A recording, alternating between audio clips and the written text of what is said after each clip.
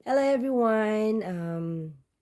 It's been a while po na hindi po ako nakapag-upload ng um, video ko dito sa aking YouTube channel kasi wala po akong very special na mga videos po kasi na pwedeng i-upload. But I want to keep this video sa YouTube channel ko po bilang reminder po or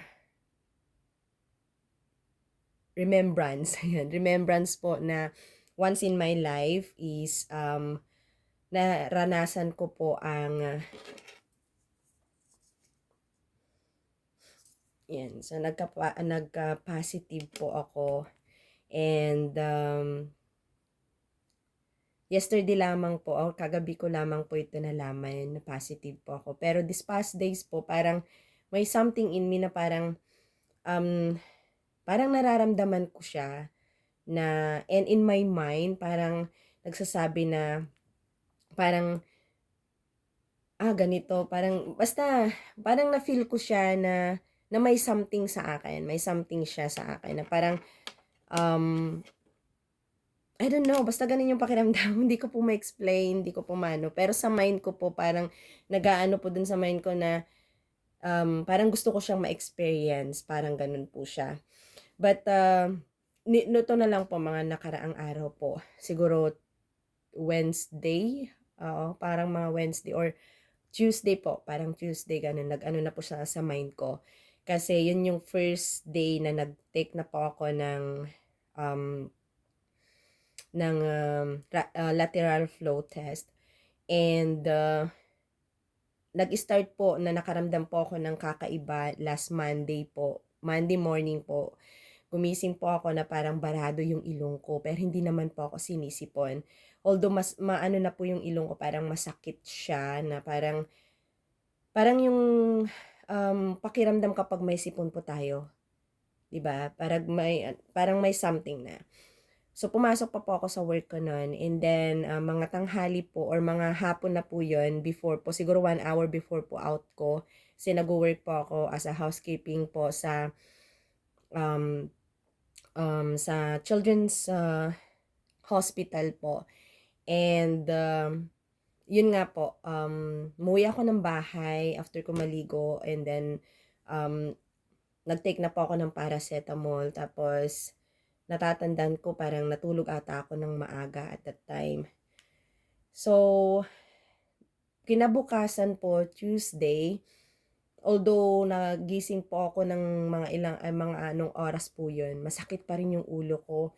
So, dahil maaga pa, nag-pray ako, talagang inas ko si Lord. Sabi ko, Lord, sana pagising ko po, wala na yung sakit ng ulo ko para makapasok ako. So, praise God kasi gumising po ako ulit na okay po siya, wala na pong sakit ng ulo. Pero parang mabigat yung pakiramdam ko and yung lalamunan ko para po siyang, parang may ano, parang hindi pa naman siya sore throat talaga. Parang naaano na, parang basta gano'n, may something. Pero yung ilong ko pa rin, still the same pa rin na yun yung pakiramdam. And then after po nun, pagdating ko po sa office namin, nanghingi po ako ng lateral flow, um, yung tawag nito, ano bang tawag dito? Yung antigen po, opo, yung rapid antigen test po. And binigyan po ako ng manager ko and nag-test po, nag-test po muna ako before po ako pumunta dun sa area ko and negative naman po siya. So nagtuloy po ako nag-work. And then at the same time, habang nag-work po ako, talagang masama po yung pakiramdam ko. Yung headache ko on and off. Pero before po ako nag-start last Tuesday na mag-work, nag-take na po ako ng paracetamol. And natapos ko po yung work ko, yun nga lang po is talagang masama yung pakiramdam ko. So, pag-uwi ng bahay, same routine pa rin po, naligo, and then nag-take na ng paracetamol, pahinga dito sa kwarto. And I think maaga po akong natulog, and then maaga rin ulit akong nagising, and then hindi na po ako makabalik sa tulog dahil masakit po yung ulo ko. And at the same time, at that night, Tuesday evening po, o Tuesday night po, drama ako dahil namimiss ko si nanay, namimiss ko yung nanay ko. Kasi every time na may nararamdaman talaga ako, is naaalala ko yung nanay ko, yung pag-aalaga niya sa akin nung nagkasakit po ako, nung umuwi po ako ng Pilipinas. And namimiss ko po siya. So natulog po ako na umiiyak talaga. May luha sa mata ko. And my prayer is, kasi ang prayer ko talaga is, sana man lang is mayakap ko ang nanay ko for the last time, kahit sa panaginip lang, or makausap ko siya, or makita ko siya ulit. Kasi my mom passed away po last December 23, 2021, recently lang po. So, andun pa rin po ako sa moment na may ganun pa rin na, alam niyo yun, yung times na mamimiss mo pa rin siya. And andun po ako sa stage na yun. Although I have peace in my heart na I know that my mom is in a right place now, but obviously po, ang hirap po walang nanay, lalo na pag may sakit tayo. Although, kahit malayo po tayo sa kanila, pag may nanay po tayo, may matatawagan po tayo, may masisharean po tayo. So, at that time, talagang very low yung emotions ko, very ano po talaga ako at that time. So, nagising po ako, mga madaling araw po yun, mga 1:30 ata, basta ganun, madaling araw po.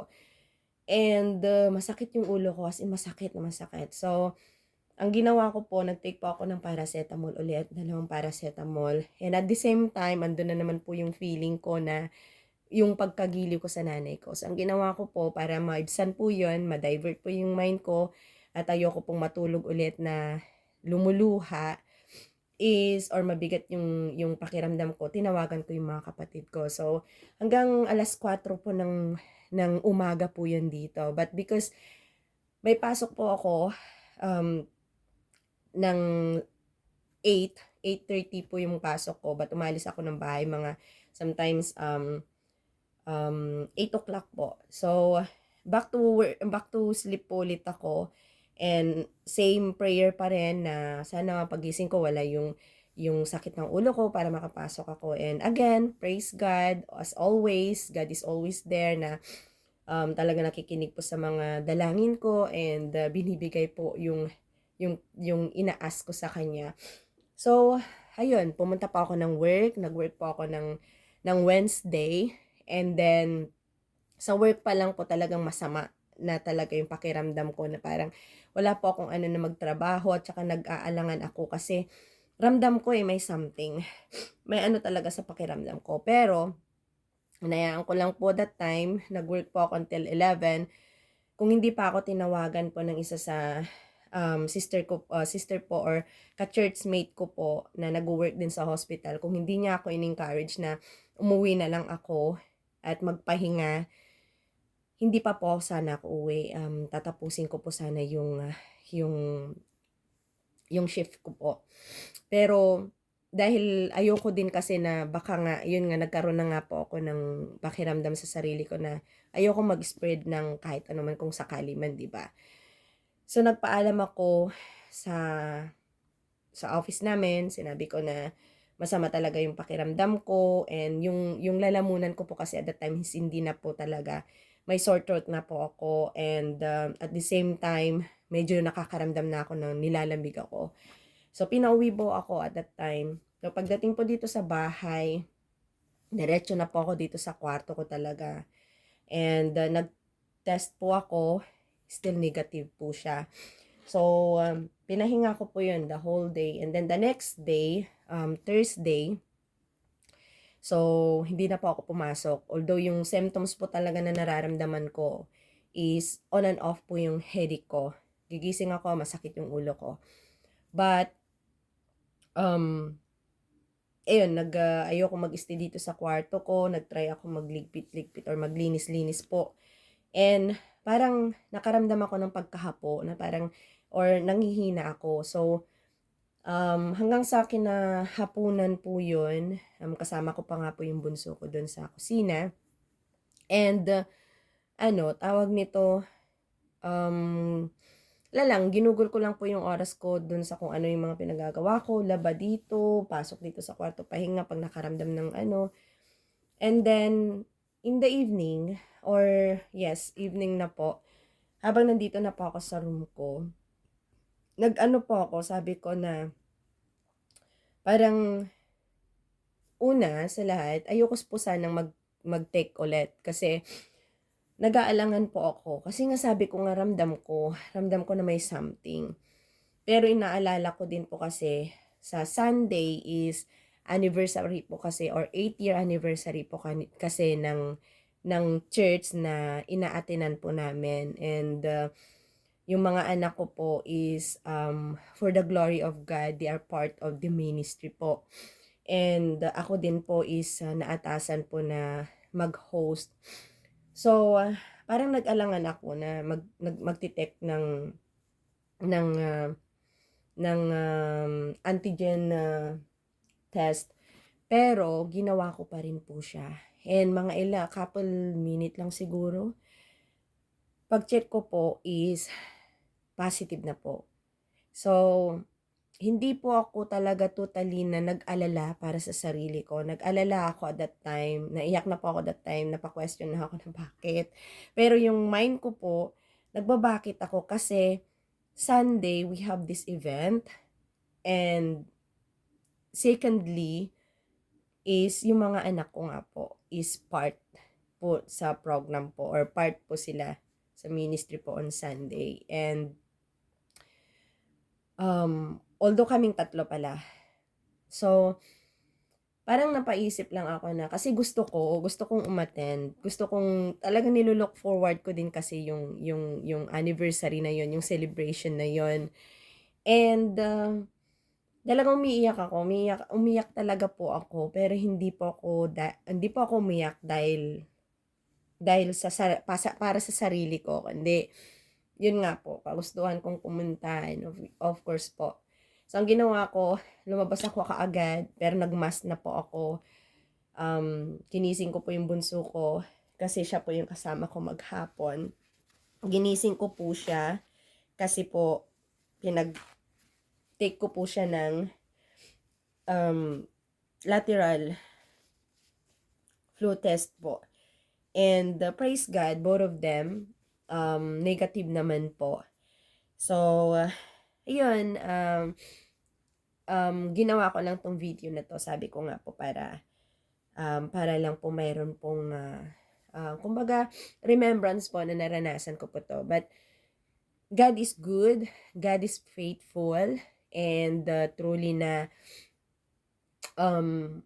at this moment po, hindi niya ako pinababayaan. Kasi, ang meron lang po talaga ako in mild cough, and yun nga lang po, parang barado pa rin po yung ilong ko. Yun. So, may sipon po ako. So, yun lamang po. So, na-share ko lang po yung naging journey ng kung paano at paano nangyari, pero hindi ko pa alam kung paano ako nakaroon. But, the only thing na pwede ko sigurong sabihin sa inyo is, kahit gaano pa po tayo nag-iingat po talaga, is, meron at meron po talagang nakakalusot. So, if ever po, we need to be healthy na lang po. Kailangan maging malakas tayo, malakas yung resistensya po natin, and continue to pray. Yung prayer talaga, yun ang pinaka-the best sa lahat. What I've learned nung time na is, I know na una yung parang nagpanik ako dahil dun sa mga iniisip ko na mangyayari dahil nagka-positive ako. But, yung focus mo kay Lord, yung Lord, ito, yung parang magkaano ka pa rin sa Kanya. Kasi that night, ang ginawa ko po talaga, nag-pray talaga ako na, Lord, I know na hindi mo ako pababayaan. Alam mo yung assurance na binigay ng Panginoon sa atin na sinabi nga niya na, I am with you. I will never leave you nor forsake you. So, at this moment po, I know that God is with me. I know that He will never leave me nor forsake me, no matter what po itong meron pa ako right now. But I rebuke the virus in my body right now in Jesus' name. And I believe that on Sunday, God's will po, I'll be in the church to celebrate po our 8th year anniversary po. So, ayun lamang po. So, God bless everyone po and thank you for watching.